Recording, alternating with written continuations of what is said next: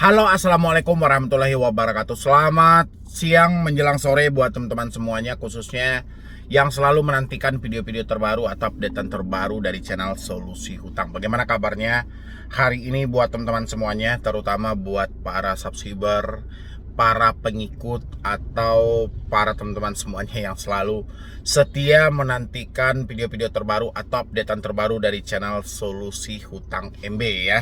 Karena lahirnya channel ini tidak terlepas dari supportan dan dukungan dari teman-teman semuanya ya. Makanya setiap di awal video saya tidak pernah lupa menyempatkan sedikit waktu atau kata-kata mengucapkan untuk terima kasih yang sebesar-besarnya buat semua pendukung di channel ini. Karena tanpa Anda semuanya channel ini nggak ada apa-apanya gitu loh ya.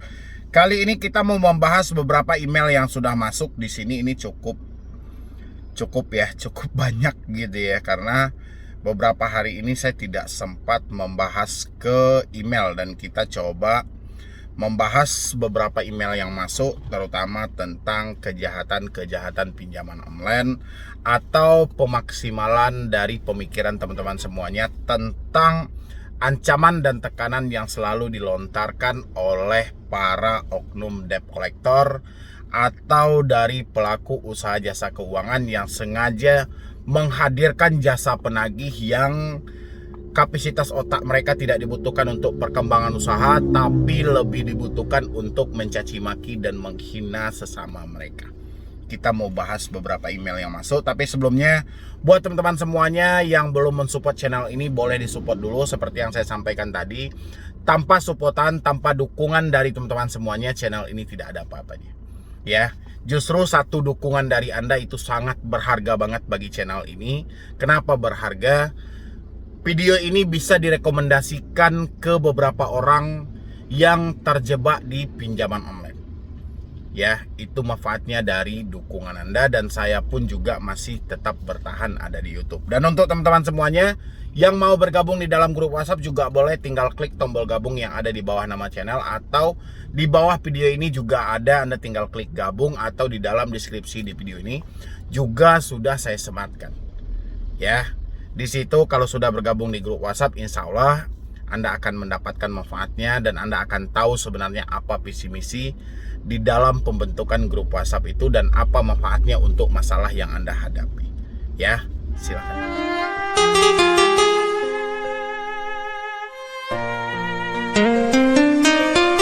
Oke, terima kasih banyak buat teman-teman semuanya. Menurut Anda kira-kira pantas nggak ini ya? Ini ada dari Aku Laku katanya ya. Saran gimana Pak Medi? Gimana Pak Medi DC Aku Laku kayak gini? Oke, saya lihat dulu seperti apa DC Aku Laku itu sebenarnya gitu loh. Apakah dia ini? Oke, saya munculkan di sebelah saya. Bos, hari ini tanggal produktif gajian. Segera kau bayar hutangmu, saudara. Tagihan 3.192.100 rupiah. Jika Anda terus main-main dengan tagihan Anda di aplikasi Aku Laku dan mempermainkan tim penagihan kami, maka kami tidak akan mempertimbangkan lagi untuk menunda data Anda untuk diproses selanjutnya. Kami sudah menyebarkan tim DC sesuai lokasi Anda terbaru. Kami sarankan jadi siapkan uang cash pelunasan untuk tagihan Aku Laku, karena DC sudah mengincar Anda di lokasi pusat keramaian dan di jalan. Jadi jangan merasa aman jika belum membayarkan pinjaman di Aku Laku. Hubungi admin minta keringanan kode bayar WA. Oke.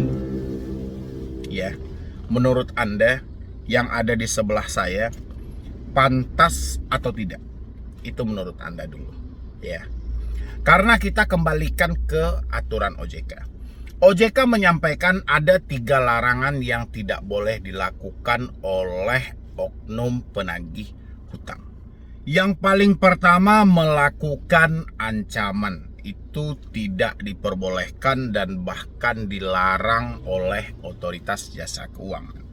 Menurut dari kata-kata yang mereka gunakan dari oknum debt collector Aku Laku ini, ya, yang mengatasnamakan Aku Laku di sini, dia menyampaikan di sini, jika Anda terus main-main dengan tagihan Anda di aplikasi Aku Laku dan mempermainkan tim penagih kami, maka kami tidak akan mempertimbangkan lagi untuk menunda data Anda untuk diproses selanjutnya. Kata proses selanjutnya ini mengandung makna yang cukup luas, ya. Secara tidak langsung mereka memberikan tekanan atau ancaman secara verbal, ya, terhadap orang yang sedang berhutang. Padahal aturan OJK sudah jelas, tidak boleh melakukan ancaman fisik maupun verbal, ya. Yang jadi pertanyaan saya, sebenarnya debt collector ini paham atau tidak? Orang yang terjebak pinjol tidak pernah melakukan penundaan dalam pembayaran, bukan pinjol aja, tapi hutang manapun. Hanya saja waktunya, ya, berdempet dengan keadaan lain yang jauh lebih membutuhkan, ya. Makanya kenapa setiap bank leasing mempunyai kredit scoring? Inilah tujuannya.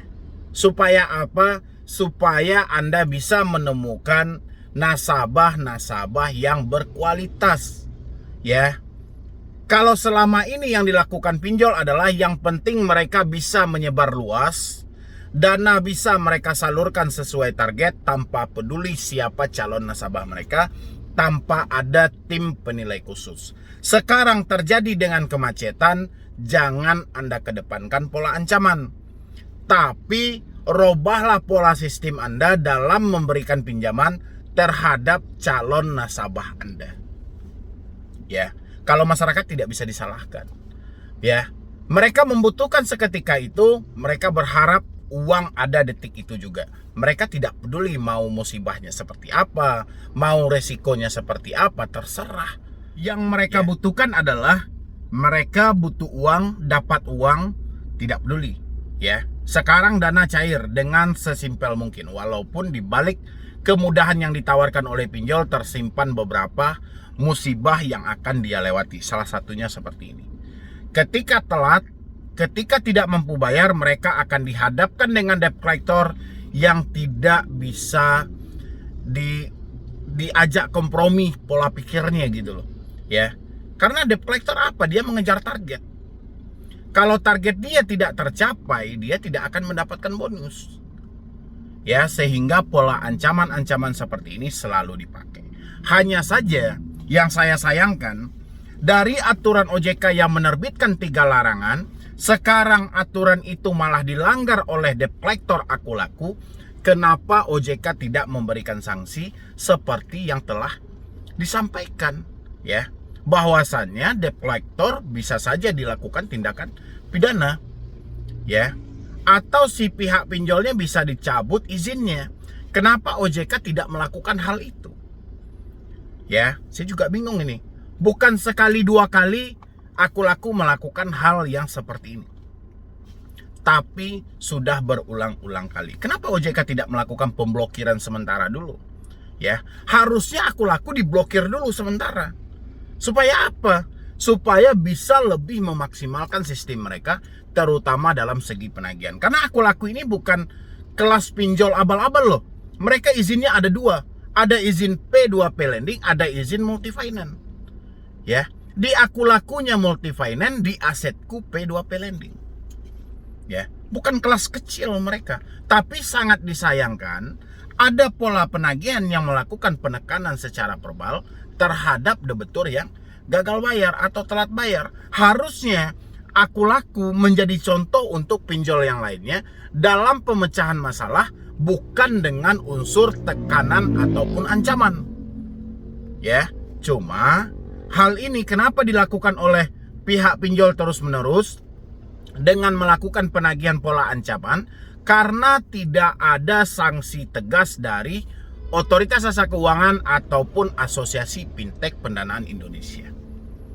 Ya, padahal ini kan sudah jelas. Jika Anda terus main-main dengan tagihan Anda di aplikasi Aku Laku dan mempermainkan tim penagihan kami, pertanyaan saya, sejak kapan debitur itu mempermainkan penagihan? Bahkan mereka lebih ketakutan, lebih kecemasan. Bahkan dia mendapatkan satu WhatsApp seperti ini, mereka langsung kirim ke saya untuk saya menerjemahkan secara logika saya. Berarti ada sebuah ketakutan di balik hal itu.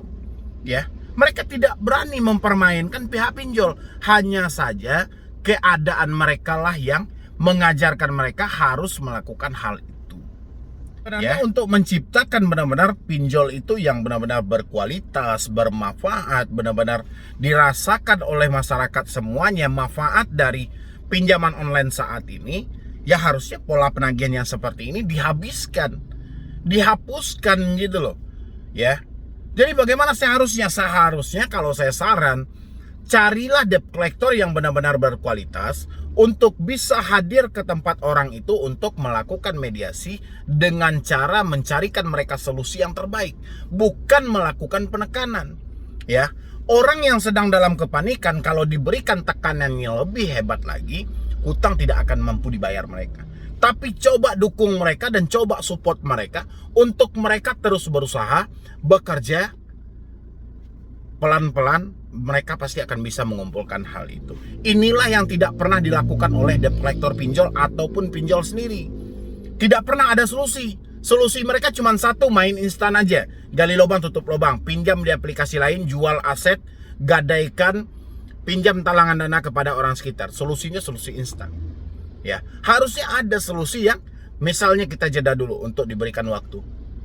Ya, silakan Bu, bekerja dulu, berusaha dulu. Ya, nanti kami coba pertimbangkan ke perusahaan bagaimana supaya Ibu mendapatkan keringanan yang terbaik.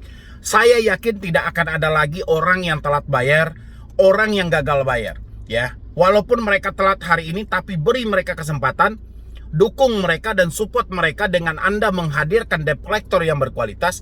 Saya rasa pinjol akan menjadi hal yang sangat menarik dan bermanfaat di tengah masyarakat. Tapi itulah yang tidak ada.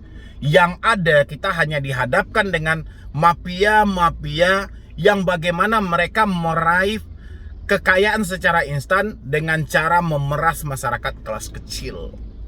Itulah yang ada. Dengan cara apa mereka memerasnya? Dengan menghadirkan sosok debt collector yang tidak ada kualitas sama sekali, yang hanya dipentingkan adalah untuk menekan masyarakat. Makanya saya lebih menyarankan kepada OJK, pinjol-pinjol yang selalu viral selama ini, ya, kalau bisa diblokir aja. Sudah seharusnya diblokir dulu. Ya, blokir ini bukan permanen, tapi sementara menjelang OJK bisa merevisi sistem-sistem mereka atau mekanisme mereka, baik itu dalam memberikan pinjaman maupun dalam aksi penagihan. Ya, mudah-mudahan kalau OJK benar-benar, tapi kalau enggak ya sudah, tingkat galbay TWP 90 tahun ini akan meningkat. Ya, yang kata OJK kemarin itu hanya ada 23 pinjol, tahun depan hampir dari 50% dari pinjol ini akan mengalami kerugian yang cukup besar. Ya, walaupun pinjol selalu menutupi kerugian itu demi menyelamatkan investor, tapi saya rasa uang mereka tidak akan cukup. Ya, kalau mekanisme ini tidak dirubah. Makanya saya bilangin OJK harus memblokir dulu beberapa dari pinjol yang selalu viral selama ini melakukan penagihan-penagihan dengan pola tidak manusiawi sama sekali. Ya, baru bisa memperbaiki sistemnya. Habis itu kami sudah menyebarkan tim DC sesuai lokasi yang terbaru. Jadi gini aja, untuk yang menerima pesan chat seperti ini dari Aku Laku, nggak perlu takut, nggak perlu khawatir juga. Ya, ini semuanya omong kosong dari debt collector aja. Karena debt collector itu sudah lelah, sudah capek dalam menagih. Mereka juga berada di bawah tekanan. Mereka juga mengejar target. Kalau target mereka tidak tercapai, mereka tidak mendapatkan gaji dan tidak mendapatkan bonus. Jadi Anda pahami aja bahwa resiko dari gagal bayar itu adalah slick atau BI checking kita yang akan menjadi skor kredit bermasalah gitu. Itu aja. Ya, di luar dari itu nggak ada. Ini hanya pola, ini hanya gaya-gaya debt collector supaya lebih menakutkan Anda aja. Kita lebih persimpel aja ya. Dan kita berharap beberapa dari pinjol, ya, saya rasa juga pinjolnya nggak sampai dari 30 aplikasi pinjol dari 102 pinjol legal saat ini, ya. Harusnya 30 itu diblokir. Saya rasa tidak ada lagi reportan atau pengaduan pinjol inilah, pinjol inilah, pinjol inilah. Selama ini yang diadukan adalah pinjol-pinjol yang iklannya selalu bermunculan di media sosial. Ya, OJK tinggal stop aja itu, tinggal blokir aja itu dulu. Sementara nggak permanen juga. Blokir sementara, perbaiki sistem secara internal. Ya, baru munculkan lagi ke tengah publik. Dengan begitu akan ada pinjaman online yang benar-benar berkualitas. Saya rasa akan bisa juga untuk mengatasi tingkat kemacetan yang cukup besar. Ya, tapi kalau enggak ya sudah, siap-siap aja tahun depan TWP 90 menjadi 50%. Ya, OJK bisa pahami itu kalau sistem ini tidak dirubah juga. Jadi yang gagal bayar, yang telat bayar, kalau menerima ancaman atau cetan seperti ini, baik dari Aku Laku maupun pinjol lainnya, nggak perlu takut ya. Dan kita juga berharap semuanya diblokir dulu gitu loh, supaya ancaman-ancaman sampah seperti ini tidak bermunculan lagi ya. Mungkin dari saya cuma itu aja dulu, terlebih dan terkurangnya saya mohon maaf. Ini masih banyak sebenarnya beberapa email. Nanti saya lanjutkan lagi, saya akan saring dulu ya. Saya akan saring dulu mana-mana aja email yang pantas untuk kita munculkan, karena ini rame banget. Ya, ini dari pinjol legal semuanya. Nanti saya akan pilih dulu dan saya akan jawab melalui video ya. Jadi sekian dulu dari saya, Medi Broni. Wassalam.